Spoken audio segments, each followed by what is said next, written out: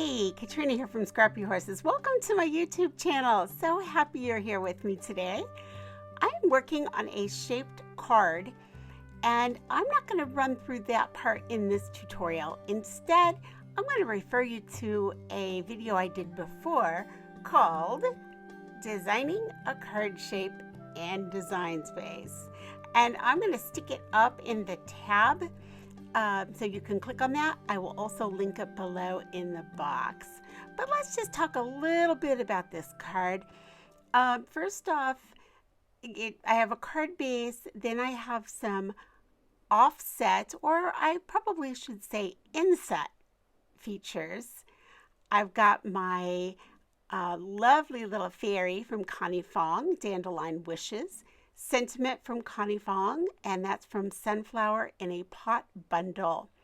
My shapes consist of the square, which is free in shapes, the dandelion cut, which is from Jenny, and I'm not going to even try to say the rest of that. You can see it and I'll link it below. And then also some hearts, a heart from the collection called Hearts. So the hardest part of this card is actually putting it together in Design Space. Once you get to the craft table, it is quick and easy. And once you've designed a card like this, it's pretty quick and easy also.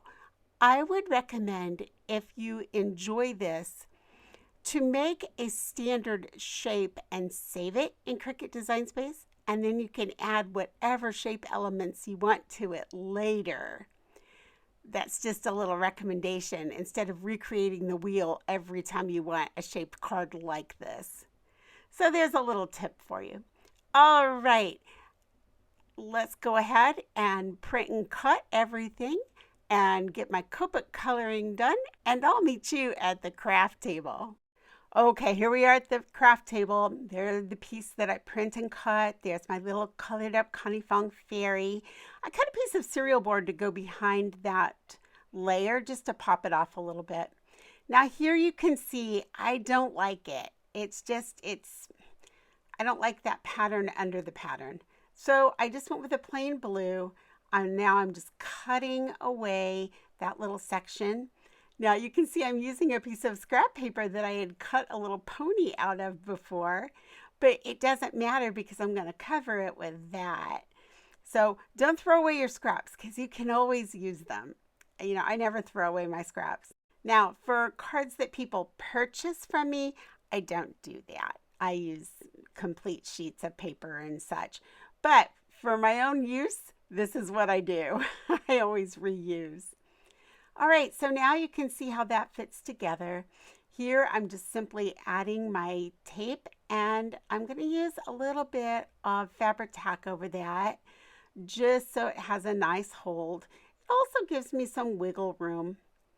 And I'm going to do the same thing here, a little bit of Fabri-Tac over my ATG tape, and that puts my little sparkly piece in. I'm going to go ahead and do the very same thing for my top layer, and then I will be adding a few little gems and pearls, and it is finished. I told you we weren't going to spend much time at the craft table. Very easy put together there. Thanks so much for joining me. I so appreciate your time. I will include the link to making the shaped card, and you can check out that video if you'd like to give this a try or you're just interested in how I did that. And I will also put other pertinent information down there. Leave me any comments or questions, and I'll catch up with you in the next video. Bye.